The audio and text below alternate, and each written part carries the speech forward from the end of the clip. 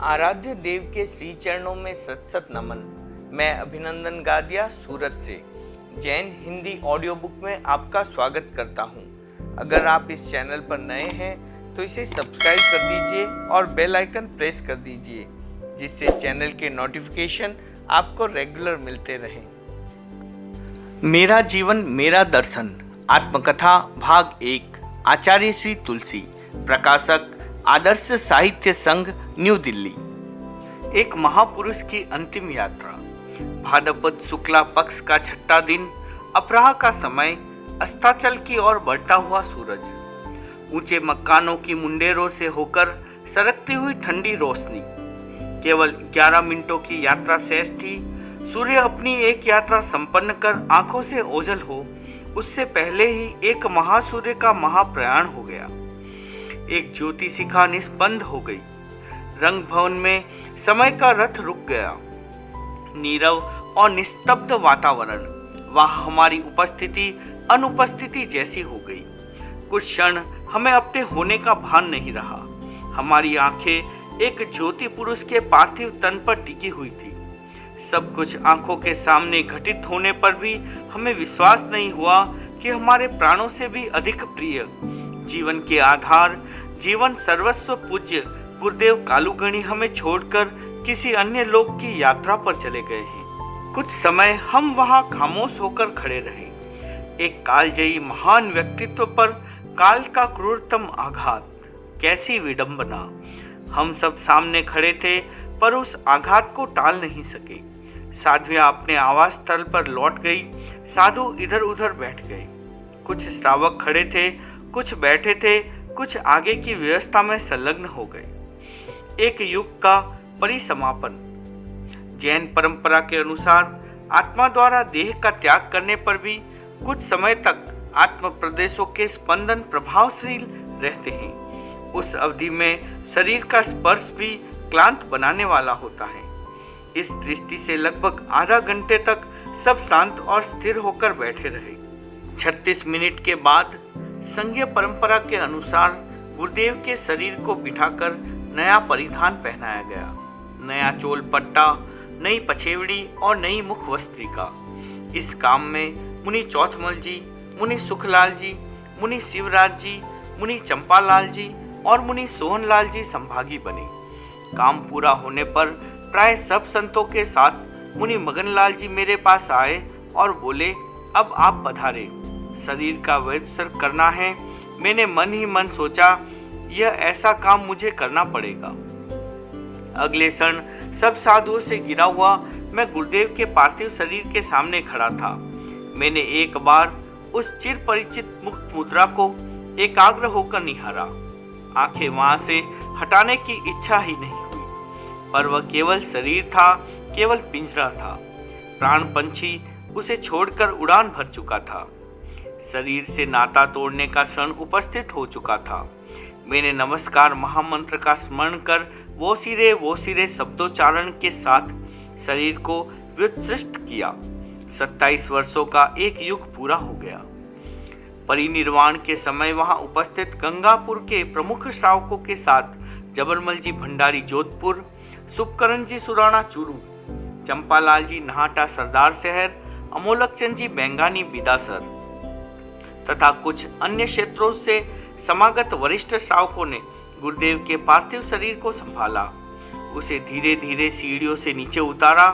अंतिम संस्कार की विधि के अनुसार शरीर को नहला धुलाकर चंदन चर्चित कर नए परिधान में चौक में ही पट पर आसीन कर दिया गया। जयपुर के श्रावक गुलाब चंद जी लूनिया ने उस अवसर पर एक गीत बनाया, ओम जय कालू गुरुदेव। पूरी रात अन्य गीतों के साथ उस गीत का विशेष रूप से संगान होता रहा। पूज्य गुरुदेव की अंतिम यात्रा। गुलाब चंद जी लूनिया जयपुर के प्रबुद्ध और तत्वज्ञ श्रावक थे। शासन भक्त थे, कवि थे, संगीतज्ञ थे। सुजानमल जी खारड़ जयपुर उनके अच्छे साथी थे। वे जब कभी गाते प्राय साथ साथ गाते थे। उनकी जोड़ी प्रसिद्ध थी। हम ऊपर थे। उस रात नींद का तो प्रश्न ही नहीं था। रात भर नीचे गाए जाने वाले गीत और भजन सुनते रहे। नीचे जितनी हलचल थी ऊपर उतना ही सन्नाटा था। हम सब साधु वहीं थे, केवल गुरुदेव का सानिध्य नहीं था। उस एक व्यक्तित्व के अभाव में पूरा हॉल सूना सूना लग रहा था। वहां एक ऐसी रिक्तता व्याप्त गई जिसे भरना संभव नहीं था। वही रंग भवन, वही बड़ा हॉल, वही बाजोटों की जोड़ी, सब कुछ वही था, पर गुरुदेव कहाँ थे? हमारी आंखें बार बार उन्हीं को खोजने के लिए खुलती और सामने कुछ न पाकर बंद हो जाती। श्रावक लोग रात भर व्यवस्था में व्यस्त रहे। 65 खंडों वाली मंडी का निर्माण कराया गया। प्रत्येक खंड पर चांदी का कलशिया लगाया था। ऐसा लगता था मानो कोई भव्य देव विमान खड़ा है। अंतिम यात्रा के लिए उदयपुर से पुनः लवाजमा आया। महाराणा भोपाल सिंह जी पूज्य गुरुदेव के व्यक्तित्व से प्रभावित थे। उन्होंने विशेष रूप से अपनी ओर से लवाजमा भेजा। आसपास के क्षेत्रों से हजारों लोग गंगापुर पहुंचकर गुरुदेव के प्रति अपनी श्रद्धा समर्पित की। ठीक 11 बजे रंग भवन से शव यात्रा का प्रारंभ हुआ। आगे ही आगे 2 बैलगाड़ियों पर नगाड़े बज रहे थे। उनके पीछे सज्जित 2 हाथी थे। हाथियों पर बैठे व्यक्ति रुपयों और रेजगारी को उछाल रहे थे। उनके पीछे महेंद्र ध्वज फहरा रहा था। ध्वज के पीछे कुछ ऊंट थे जिन पर नगाड़े बज रहे थे। ऊंटों के बाद 7 घोड़े उछलते कूदते हुए चल रहे थे। उन घोड़ों की पहचान 11 घोड़ों के रूप में कराई गई। 11 घोड़े वे होते हैं जो एकादशी के दिन दाना नहीं लेते। संभवतः उनको उस रूप में अभ्यास कराया जाता है। उन चंचल और आकर्षक घोड़ों के पीछे भिलवाड़ा का बैंड बाजा था। बाजे के पीछे सोने चांदी की छड़ियां और उनके बाद देव विमान सी भव्य वैकुंठी। वैकुंठी में विराजमान था गुरुदेव का पार्थिव शरीर। उस निष्प्राण देह की आकर्षक आभा दर्शकों का चित्त लुभाने वाली थी। वैकुंठी के दोनों ओर चामर डुलाए जा रहे थे। उसे कंधा देने के लिए लोग अहम क्या दौड़कर आगे आ रहे थे। ओम जय कालू गुरुदेव, इस गीत की अनुगूंज गली गली में सुनाई दे रही थी। लगभग 30,000 लोग अंतिम यात्रा में सम्मिलित हुए। शहर के मुख्य मार्गों से होकर शव यात्रा सोरती दरवाजे से बाहर रंग क्षेत्र रंगलाल जी हिरण के खेत में पहुंचकर रुकी। अंतिम संस्कार। रंग क्षेत्र में 15 मन मलयगिरी चंदन, 1 मन अगर और हजारों नारियल की व्यवस्था पहले ही कर ली गई थी।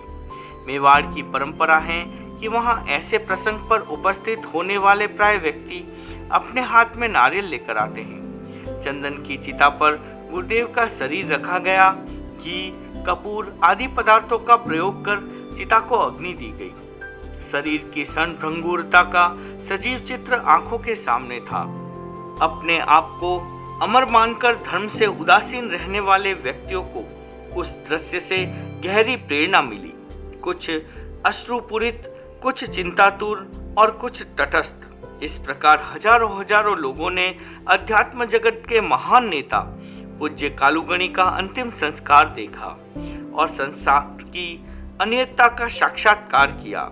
रंग क्षेत्र से लौटकर आए लोगों ने रंग भवन में दर्शन कर संक्षेप में शव यात्रा के संवाद सुनाए। शव यात्रा का यह चित्रण लौकिक विधि का चित्रण है, वस्तु स्थिति का चित्रण है। जैन दर्शन आध्यात्मिक दृष्टि से इसे महत्व नहीं देता, पर सामाजिक दृष्टि से इसका मूल्यांकन करता है।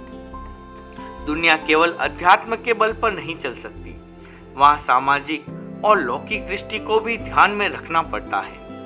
महाराणा का अफसोस। पूज्य गुरुदेव के स्वर्गारोहण का संवाद देने वाले टेलीग्राम देश भर में पहुंच गए।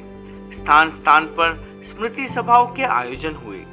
बीकानेर रियासत में महाराज गंगा सिंह जी के पास ये संवाद पहुंचा तो उन्होंने कहा, तेरापंथ के कालूराम जी महाराज हमारे देश के प्रभावशाली आचार्य थे। उस प्रसंग में बीकानेर रियासत में कोर्ट, बाजार आदि सब बंद रहे। उदयपुर रियासत में सामूहिक रूप में बाजार आदि बंद रखने की घोषणा नहीं हुई। जब महाराणा भोपाल सिंह जी को बीकानेर में बंदी की सूचना मिली तो उन्हें बहुत अफसोस हुआ। उन्होंने तत्काल हीरालाल जी मुरड़िया के पुत्र सुंदरलाल जी को बुलाकर उपालम देते हुए कहा, सुंदर, आज हीरालाल जी मौजूद होते तो ऐसी गलती नहीं होती। तुमने कुछ कहा तक नहीं। अपनी रियासत में गुरु महाराज का स्वर्गवास हुआ और हमने राजकीय अवकाश तक घोषित नहीं किया। सुंदरलाल जी ने अपनी भूल स्वीकार की। गुरुदेव की जीवन यात्रा की तरह ही उनके पार्थिव शरीर की यात्रा भी पूरी भव्यता और गरिमा के साथ संपन्न हुई। अविस्मरणीय युग की अविस्मरणीय बातें।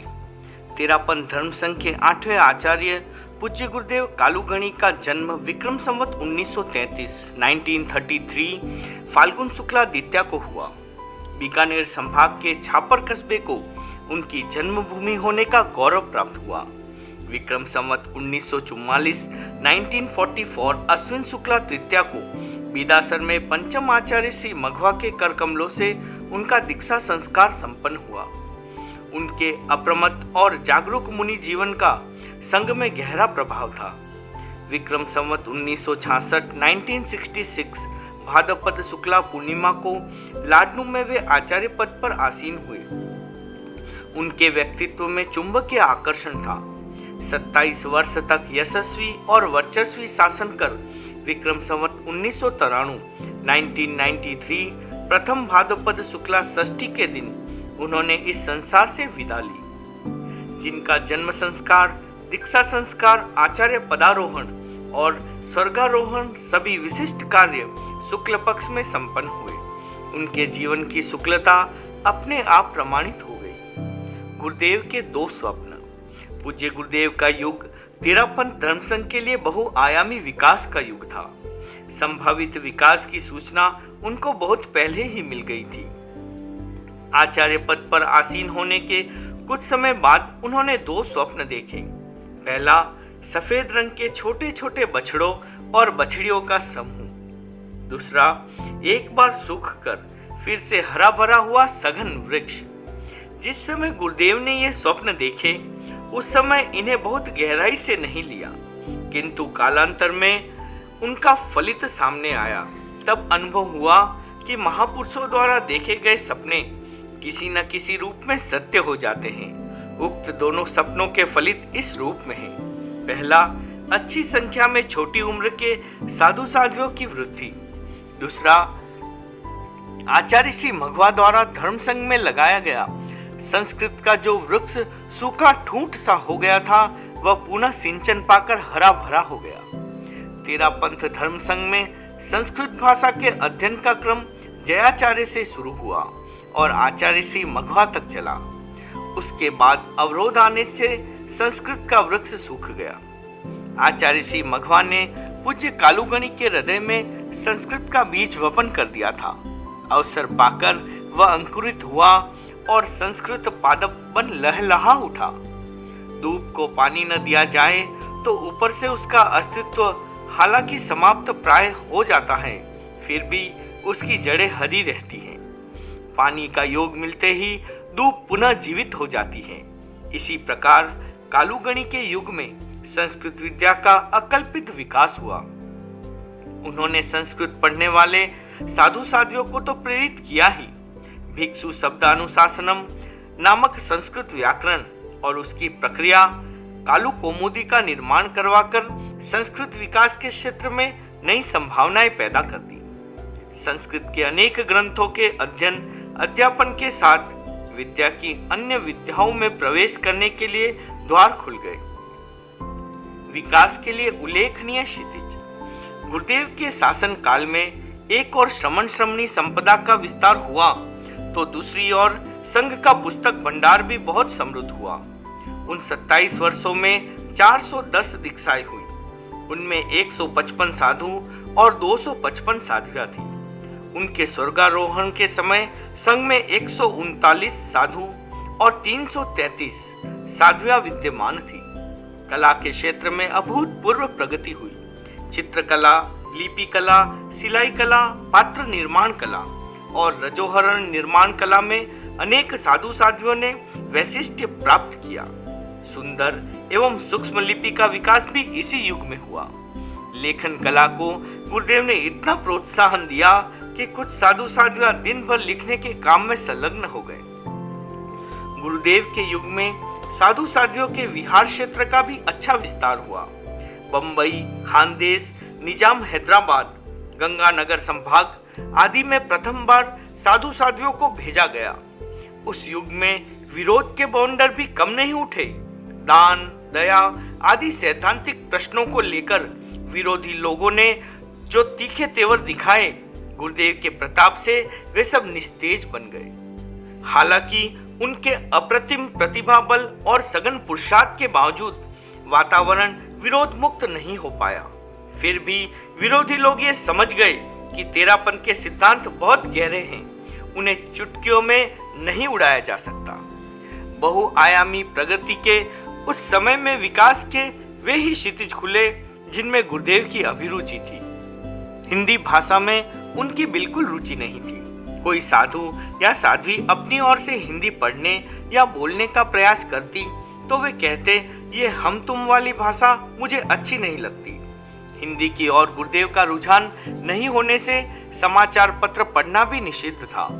हिंदी की तरह अंग्रेजी भाषा में भी उनकी रुचि नहीं थी। यह कारण है कि मैं हिंदी और अंग्रेजी नहीं सीख सका। गुरुदेव के स्वर्गारोहण के 12 वर्ष बाद यात्रा का प्रसंग आया, जनसंपर्क बढ़ा, सार्वजनिक आयोजन होने लगे। उस समय हिंदी की अपेक्षा का तीव्रता से अनुभव हुआ। उसके बाद सलक्ष्य हिंदी बोलने और पढ़ने का क्रम बनाया। आज हिंदी में बोलने और लिखने वाले तैयार हो गए, पर अंग्रेजी भाषा में अधिकृत वक्ता और लेखक नहीं बन पाए। यदि गुरुदेव की मर्जी होती तो अब तक इस भाषा का भी पर्याप्त विकास हो चुका होता। अंग्रेजी भाषा के समृद्ध साहित्य को देखकर मन में आता है, काश हमारे संघ में भी इस भाषा के अध्ययन अध्यापन की परंपरा रही होती।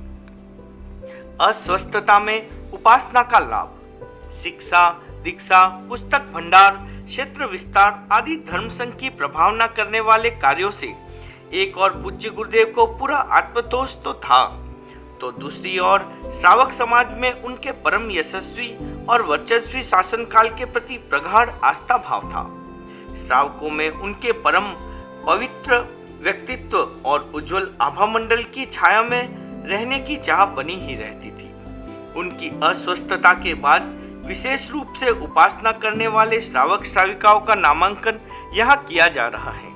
यद्यपि लगभग 6 दशकों की लंबी अवधि में कुछ नामों की विस्मृति अस्वाभाविक नहीं है, फिर भी इतिहास को सुरक्षित रखने की दृष्टि से मैं अपनी स्मृति फलक पर उभरी उन धुंधली आकृतियों को उजागर कर रहा हूँ।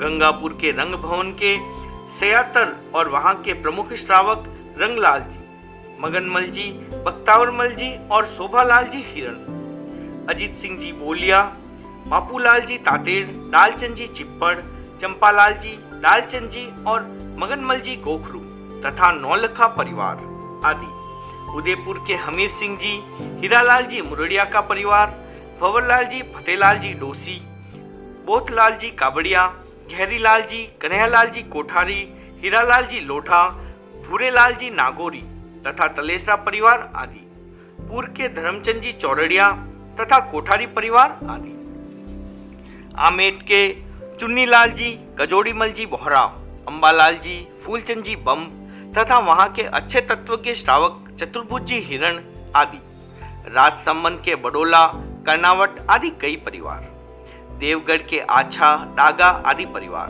कांकरोली के पन्नालाल जी बाफना आदि, सरदारगढ़ के नाथूलाल जी नौलखा वकील, नाथूलाल जी कच्छारा, जोधराज जी चिप्पड़ आदि, गोगुंदा के डालचंद जी खोखावत, सरदारमल जी, लक्ष्मीलाल जी कोठारी आदि, नाथद्वारा के तलेसरा आदि परिवार, नमाना के कन्हैयालाल जी बाघरेचा, बम्बई के मगन भाई ने अस्वस्थता से पहले मालव की यात्रा में सबसे अधिक उपासना का लाभ लिया। मगन भाई का पूरा परिवार धर्म शासन का भक्त था। मगन भाई, हीरा भाई, नेमू भाई, चुन्नी भाई, मोती भाई और गुलाब भाई, 6 भाइयों पर गुरुदेव की विशेष कृपा थी।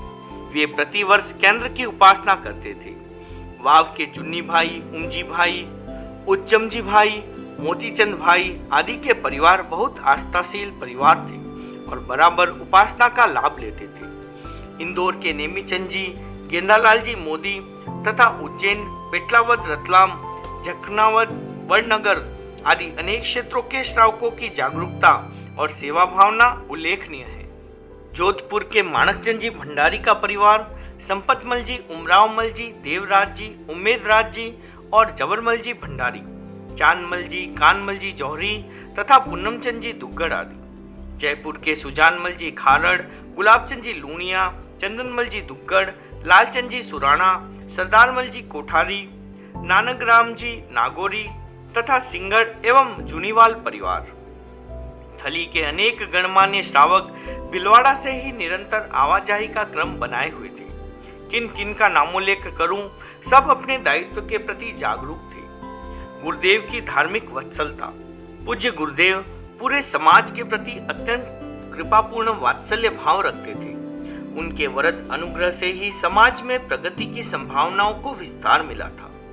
प्राय सभी श्रावकों को अनुभव होता था कि उन पर गुरुदेव का पूरा अनुग्रह है। फिर भी कुछ व्यक्ति उनके कृपा पात्र कहलाते थे। उनमें सरदार शहर के मोतीलाल जी दुग्गड़, रुगलाल जी आंचलिया, जयचंद लाल जी नाहटा और मंगलचंद जी जम्मड़ तथा बीदासर के शोभाचंद जी बेंगानी और उनके दो पुत्र हनुमतमल जी एवं अमोलक चंद जी, छोटूलाल जी बेंगानी, शिवराज जी बेंगानी, मानमल जी बेंगानी आदि का उल्लेख विशेष रूप से किया जा सकता है। जिन श्रावकों ने अपने जीवन में गुरुदेव की अतिरिक्त कृपा प्राप्त की, उनमें भी बीदासर के दो भाइयों हनुमतमल जी और अमोलकचंद जी बेंगानी के प्रति हमने गुरुदेव का असाधारण कृपा भाव देखा। हनुमतमल जी ऐसे व्यक्ति थे जिनके बारे में बीदासर के हर व्यक्ति के मुंह पर प्रशंसा के बोल रहते थे। उनकी उतरती बात करने वाला कोई नहीं था। उनकी पत्नी भी विलक्षण थी। कहा जाता है कि वह एक असाधारण युगल था। एक समय ऐसा भी आया जब आर्थिक दृष्टि से उतनी समृद्धि नहीं रही, फिर भी हनुमतमल जी की उदारता में कभी कोई कमी नहीं आई।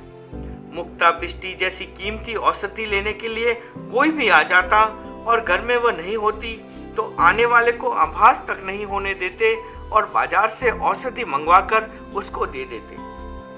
समाज के प्रति उदारता और धर्म शासन के प्रति भक्ति उनको विशेष पहचान देने वाली थी। हनुमतमल जी के अनुज अमोलकचंद जी के प्रति गुरुदेव की संस्कार जनित कृपा रही। मैंने उनकी ऐसी नैसर्गिक कृपा कम व्यक्तियों पर देखी। अमोलकचंद जी के जीवन में अनेक उतार चढ़ाव आए। समाज में उनकी अच्छी ख्याति हुई तो आलोचना भी कम नहीं हुई। आर्थिक दृष्टि से भी उन्होंने अनेक आरोह अवरोह देखे, पर गुरुदेव की कृपा में कमी नहीं देखी। उनकी हवेली में गुरुदेव ने 2 चातुर्मास किए। उपासना की दृष्टि से उनके लिए कोई भी समय प्रतिबंधित नहीं था। धर्म संघ के प्रति वे पूरे समर्पित थे। गुरुदेव की उपासना का तो उन्हें विशेष लाभ मिलता रहा। अंतिम समय गंगापुर में भी वे उपस्थित थे। जिन कुछ व्यक्तियों ने गुरुदेव के पार्थिव शरीर को संभाला, उनमें एक अमोलकचंद जी भी थे। प्रस्तुत प्रकरण में उल्लेखित क्षेत्रों के अतिरिक्त मेवाड़, मालवा, थली, हरियाणा आदि अनेक क्षेत्रों तथा कलकत्ता से अनेक श्रावक गुरुदेव की उपासना में आए और कई कई दिनों तक रहे। कुछ लोग डॉक्टर तथा वैद्यों को साथ लेकर आए। कुछ श्रावक अनुभवी व्यक्तियों को दर्शन कराने लाए। कोई किसी रूप में और कोई किसी रूप में संघ एवं संघपति के प्रति अपनी प्रगाढ़ आस्था एवं कर्तव्य निष्ठा का परिचय देते रहे। उल्लेखनीय श्राविकाएं। गुरुदेव की यात्रा और अस्वस्थता के समय विशेष रूप से उपासना करने वाली महिलाओं में कुछ नाम उल्लेखनीय हैं, जैसे सरदार शहर की श्राविकाओं में जमनीबाई सेठिया, श्रीमती संतोख चंद जी, हुलासीबाई बोथरा, श्रीमती आसकरण जी, हुलासीबाई आंचलिया, श्रीमती बालचंद जी, सदुबाई बोथरा, श्रीमती मूलचंद जी, लोहड़ी जी या माई जी, श्रीमती तनसुखदास जी आंचलिया, रामलाल जी की माँ, राऊबाई मथेरण, झूमरबाई पिंचा, श्रीमती भिकमचंद जी चौरड़िया आदि। जयपुर की श्राविकाओं में श्रीमती सुगनीबाई तांतेड़, श्रीमती फूलबाई, मनसुखीबाई माठिया, श्रीमती मोतीलाल जी, गेंदीबाई नागौरी, श्रीमती बल्लू जी आदि के नाम उल्लेखनीय हैं। श्रीमती महालचंद जी बैद, रतनगढ़ निवासी मोहनलाल जी बैद की माँ, श्रीमती पन्नीबाई रतनगढ़, केसरीबाई रामपुरिया, बीकानेर निवासी रिद्धकरण जी रामपुरिया की धर्मपत्नी, सूटीबाई सेठिया सुजानगढ़ चाड़वास, उलासीबाई भुतोड़िया श्रीमती माणकचंद जी, गंभीरीबाई उदयपुर, समदाबाई मारवाड़, गोमतीबाई मथेरण गंगा शहर आदि श्राविकाओं ने विशेष उत्साह और आस्था भाव के साथ उपासना की। इस बात का मैं प्रत्यक्षदर्शी रहा हूँ। स्मृतियों के दर्पण पर प्रतिबिंबित इन सब बिंबों को उजागर करते समय उस युग में लौटने या उसी युग से जुड़कर जीने की भावना प्रखर हो जाती है। यद्यपि मैं जानता हूँ कि वह युग कभी वापस आने वाला नहीं है, फिर भी अतीत के वे सारे चित्र एक के बाद एक करके आंखों के सामने आ रहे हैं और मैं उन्हें निर्विकल्प चित्त से देखता जा रहा हूँ। पर यथार्थ की आहट मुझे वहां से आगे बढ़ने का संकेत दे रही है। अब तक मैं पूज्य गुरुदेव के साय में स्वयं को परत दर परत खोल रहा था। अब मुझे स्वतंत्र रूप से अपने राम की कहानी का प्रारंभ करना है। ओम अरहम।